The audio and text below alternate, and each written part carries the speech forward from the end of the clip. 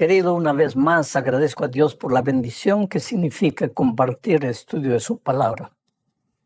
Vamos a la lección número 9 para el 31 de mayo del año 2025. El título de la lección es En los Salmos, segunda parte. Vamos a continuar estudiando la lección que empezamos la semana pasada.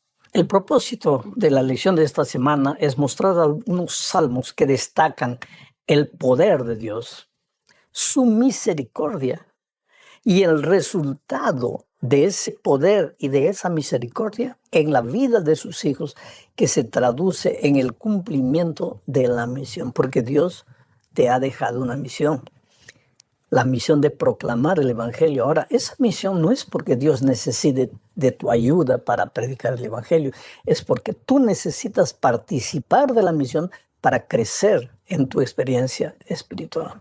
Entonces vamos a la primera parte de este estudio bajo el subtítulo de Un auxilio muy presente en el tiempo de la angustia. Aquí veremos que Dios siempre está al lado de sus hijos en las buenas y en las malas. Leo el Salmo 46, versículos 1, 4 y 5. Dice así: Dios es nuestro amparo y fortaleza, nuestro pronto auxilio en las tribulaciones. Voy a detenerme aquí. Algunas otras versiones dicen nuestro pronto auxilio en medio de las tribulaciones. Dios es nuestro amparo y fortaleza en las tribulaciones o en medio de las tribulaciones. Pero de aquí tenemos que aprender una cosa básica para la experiencia cristiana. Dios nunca te ha prometido que no habrá tribulaciones. Mientras vivas en este mundo serás golpeado por las tribulaciones. La promesa de Dios no es la siguiente: tú nunca tendrás tribulación. Si fuese así, cada vez que llegaba una tribulación, ahí sí tú tendrías que decir: Señor, ¿dónde está tu promesa? Porque tú me has prometido que nunca habrá una tribulación si yo me entrego a ti. Pero es que Dios no te prometió eso. Hay muchas personas, yo quiero pensar que sean sinceras, que te dicen que si te entregas a Cristo, que si vas a Él, que si le das una buena ofrenda, las tribulaciones van a salir de tu vida. No, esa no es una promesa bíblica. El Señor Jesús te ha prometido que en medio de las tribulaciones, porque estás viviendo en un mundo que, ya te he dicho muchas veces, nosotros los hombres le hemos pasado el título de propiedad de esta tierra al diablo. El diablo ha colocado semillas, cizaña, ha colocado espinas. El diablo ha destruido el mundo perfecto de Dios, y lógico que va a haber enfermedad, va a haber cáncer, el avión se va a caer, va a haber tempestad, va a haber aluviones, en fin. Y Dios no te ha prometido que tú, que vives en este mundo maldito por el pecado, no vas a sufrir. Lo que te ha prometido, que en medio de la tribulación tú no vas a estar solo nunca, tú vas a estar con Él. Él nunca te va a desamparar. ¿Y eso hace diferencia? Claro que hace diferencia, porque cuando viene la tribulación y no tienes a Dios, te desesperas. Pero cuando viene la tribulación, pero tienes a Dios, la esperanza brilla en tu corazón y sabes que esta noche, por más oscura que sea, va a pasar y mañana el sol va a brillar de nuevo. Sigo leyendo el texto. Dios es nuestro amparo y fortaleza, nuestro pronto auxilio en las tribulaciones. Del río sus corrientes alegran la ciudad de Dios, el santuario de las moradas del Altísimo. Dios está en medio de ella, no será conmovida. Dios la ayudará al clarear la mañana. Este salmo es abundante, porque aquí Dios dice que en medio de la tribulación Él estará contigo, no te dejará. Pero si el río de Dios atraviesa tu corazón, ¿qué quiere decir eso? Es que antiguamente en las ciudades lo primero que se buscaba era un río, porque el río representaba seguridad para el pueblo. Si venía el enemigo, generalmente las ciudades eran amuralladas, pero mientras el río pasase por la mitad, el río traía agua y traía seguridad, traía comida, en fin, porque habiendo agua podían plantar. Por eso los enemigos a veces cortaban el río, porque el río es bendición.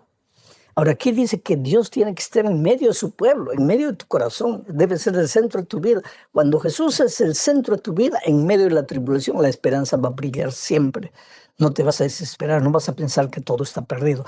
Por más oscuras que las circunstancias te parezcan, por más que creas que todo acabó, no acabó. Dios está contigo en medio de la tribulación.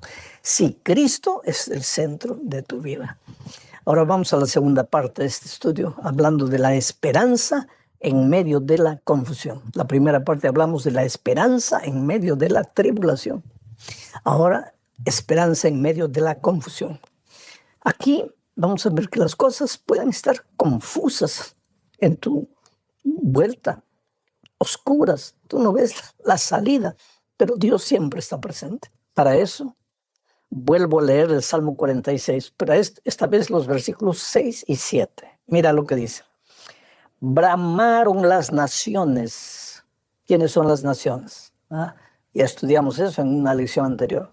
Todos aquellos que no conocen a Dios, todos aquellos que se han alejado de Dios, que viven de acuerdo a su voluntad, a sus caprichos, que no tienen en cuenta la palabra de Dios para nada, que a veces se ríen, se burlan. Bramaron las naciones. Esa gente puede quedarse brava, puede querer destruirte, querer perseguirte por causa de tu fe, lo que tú quieras, pero no tienes que tener miedo. Bramaron las naciones, titubearon los reinos. Aquí hay confusión. Titubear. ¿Qué es titubear? No sabes para dónde ir, no sabes qué hacer. Y hoy los reinos están titubeando. Unos creen que es por aquí, por la izquierda, otros por el centro, otros por la derecha, otros por adelante, otros por atrás. No saben a dónde ir. Los reinos están titubeando, cada uno quiere probar que su teoría es la mejor. A las naciones braman, los reinos titubean. Sigo leyendo. Bramaron las naciones, titubearon los reinos. Dio él, ¿quién él? Dios, su voz. Y entonces la tierra se derritió. Jehová de los ejércitos está con nosotros. Nuestro refugio es el Dios de Jacob. Lo que Dios está diciendo aquí, cuando la sociedad esté confundida, cuando las personas no sepan qué hacer, cuando hay una marcha protestando, defendiendo unas ideas, y hay otra marcha defendiendo otras ideas, y esos dos grupos se encuentran y no saben qué hacer, y todos tienen razón desde su punto de vista. La humanidad no sabe qué hacer, las naciones están alteradas. Tú no te preocupes. Tu refugio es el Señor. Tú escóndete en Dios. Esconderse en Dios no es omitirse del mundo. No. Porque cuando lleguen las elecciones, tú tienes que votar. Pídele sabiduría a Dios y haz una elección sabia. Esconderse en Dios es reconocer que Dios es soberano en este mundo, que Dios es el que coloca reyes, quita reyes, pone reyes, que nada sucede en esta vida por voluntad de los hombres, aunque los hombres piensan que ellos son los conductores de las naciones. Dios está por encima de los errores humanos.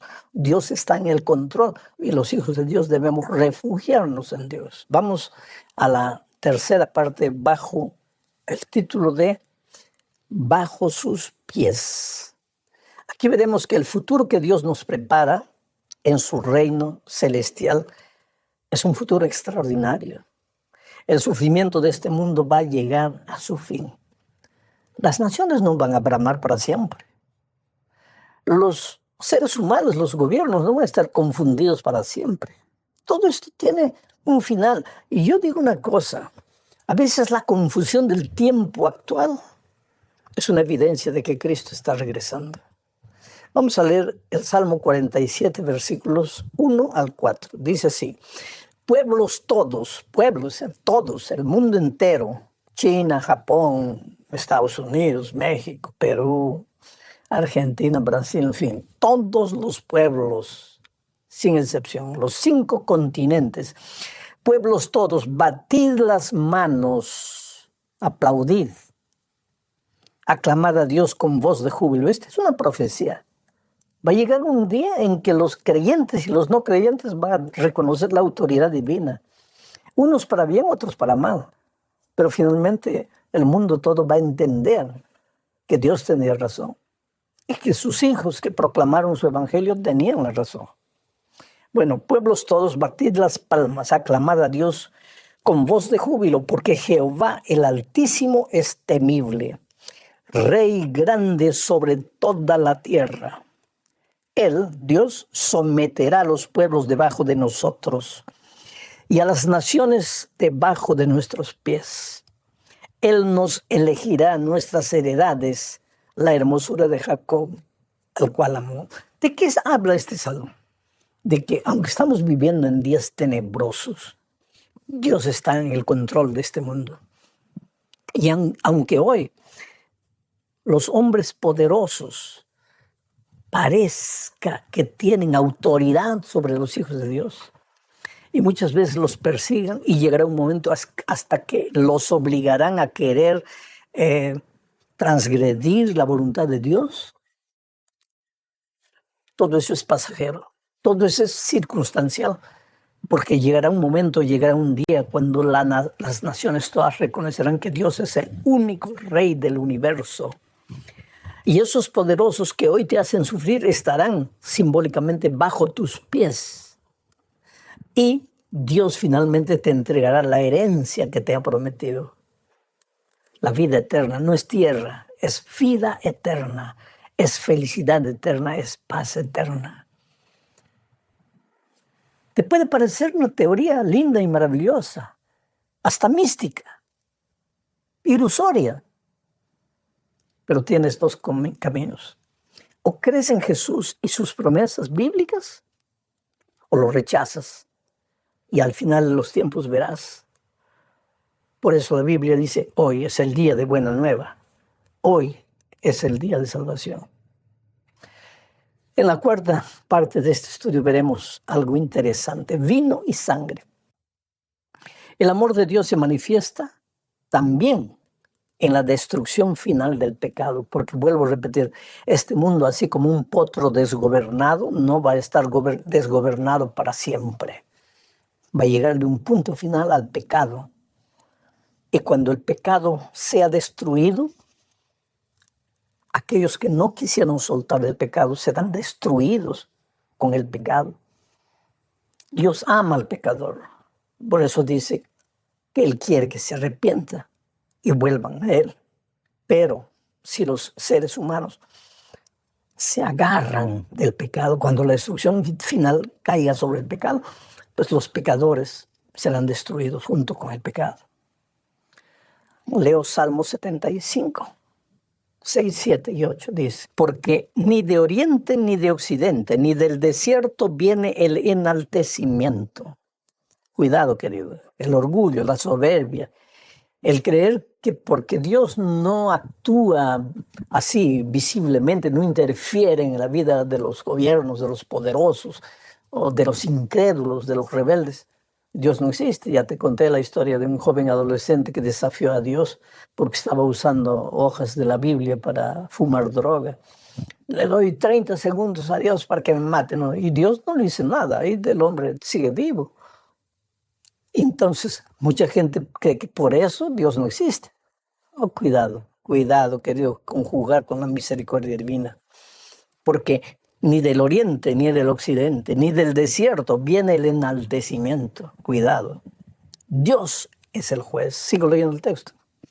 A este humilla y a aquel enaltece. Porque el cáliz está en la mano de Jehová y el vino está fermentado, lleno de mistura. Y él derrama del mismo. Hasta el fondo lo apurarán y lo beberán todos los impíos de la tierra. Aquí el vino representa sangre. Y la sangre que aquí se presenta es la sangre de los impíos. Hasta el fondo lo apurarán y lo beberán todos los impíos de la tierra. ¿Por qué? Porque vuelvo a repetir, cuando la destrucción final caiga sobre el pecado, caerá también sobre aquellos que no quisieron soltar el pecado. ¿Y por qué digo eso? Para entender mejor, leo Apocalipsis 19, 11 al 13. Aquí Cristo ya está regresando en este texto. Dice, entonces vi el cielo abierto y he aquí un caballo blanco. El que lo montaba se llama Fiel y Verdadero y con justicia juzga y pelea. ¿Quién es este Cristo? Sigo leyendo. Sus ojos serán como llama de fuego, y había en su cabeza muchas diademas, y tenía un nombre escrito que ninguno conocía sino él mismo. Estaba vestido de una ropa teñida en sangre, y su nombre es el Verbo de Dios. ¿Quién es el Verbo de Dios? Cristo. ¿Y por qué cuando viene por segunda vez su ropa está teñida de sangre? Es el vino, es la sangre. ¿La sangre de quién? De los desobedientes. Ah, pero Dios no es amor. Claro que Dios es amor, queridos. Por eso dice, no quiero la muerte del impío, sino que se arrepienta y vuelva. Dios es amor. ¿Y por qué su ropa estaba vestida de sangre?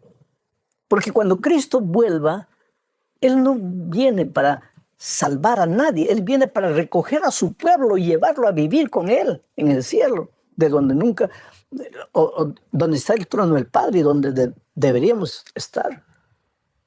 Pero ¿qué pasa? Aquellos rebeldes que se agarraron del pecado, no quisieron soltar el pecado. Dios los llamó, llegaron las advertencias divinas, la palabra de Dios los impresionó. Muchas veces estaban para soltarlo, pero no soltaron. El pecado no va a existir para siempre. Dios no va a permitir eso, porque Dios ama a sus hijos. ¿Y quiénes son sus hijos? Todo el universo. Todos los seres humanos pueden venir. Hoy es el día de buena nueva. Pero si no quieres soltar, pues la ira de Dios se derramará sobre el pecado. Y los que no quisieron soltar serán destruidos. Y su sangre manchará las ropas de Cristo. Esto es interesante. Por la gracia de Dios, no te libera de las consecuencias de tu rebeldía presente. Te libera de las consecuencias, te libera de tu rebeldía pasada. Pero hoy es el día de buena nueva. Y si hoy oyes su voz, pero no aceptas la invitación, tienes que saber que el juez viene. Tienes que saber que el pecado va a terminar un día. Bueno, querido, vamos a la última parte de este estudio bajo el subtítulo Para que se conozca tu salvación. Y aquí veremos el Salmo 67. Esta es una profecía en forma de oración, pero anuncia eventos del futuro.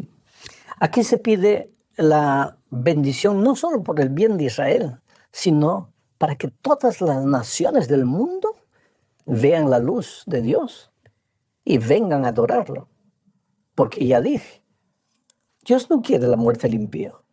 Dios no quiere la muerte de nadie. Dios quiere que todos se salven. Pero la salvación no es obligatoria, es voluntaria. Dios toca la puerta, pero si tú tienes que abrir el corazón. Miren lo que dice el Salmo 67. Dios tenga misericordia de nosotros y nos bendiga. Haga resplandecer su rostro sobre nosotros. ¿Para qué? Para que sea conocido en la tierra tu camino. En todas las naciones tu salvación. Te alaben los pueblos, oh Dios. Todos los pueblos te alaben. Alégrense y gócense las naciones.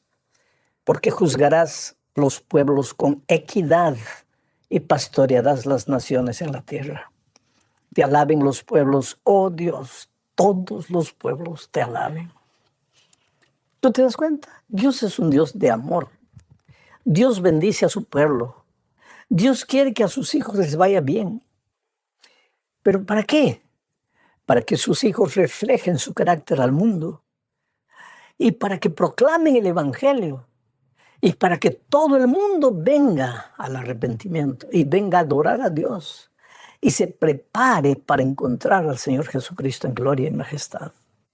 Oh, mi querido, Jesús está volviendo. Todo lo que vemos en nuestros días es una evidencia de que Jesús está volviendo. El incremento de la maldad, de la violencia, de la injusticia, de la pobreza, de la miseria, del sufrimiento, del dolor, de la muerte. Cristo está volviendo. Y Cristo está llamándote. Ven para ser un instrumento de la proclamación del Evangelio o ven para formar parte del pueblo de Dios. Acéptalo hoy. No endurezcas tu corazón. Tú eres precioso, Dios te ama. Un abrazo, que Dios te bendiga.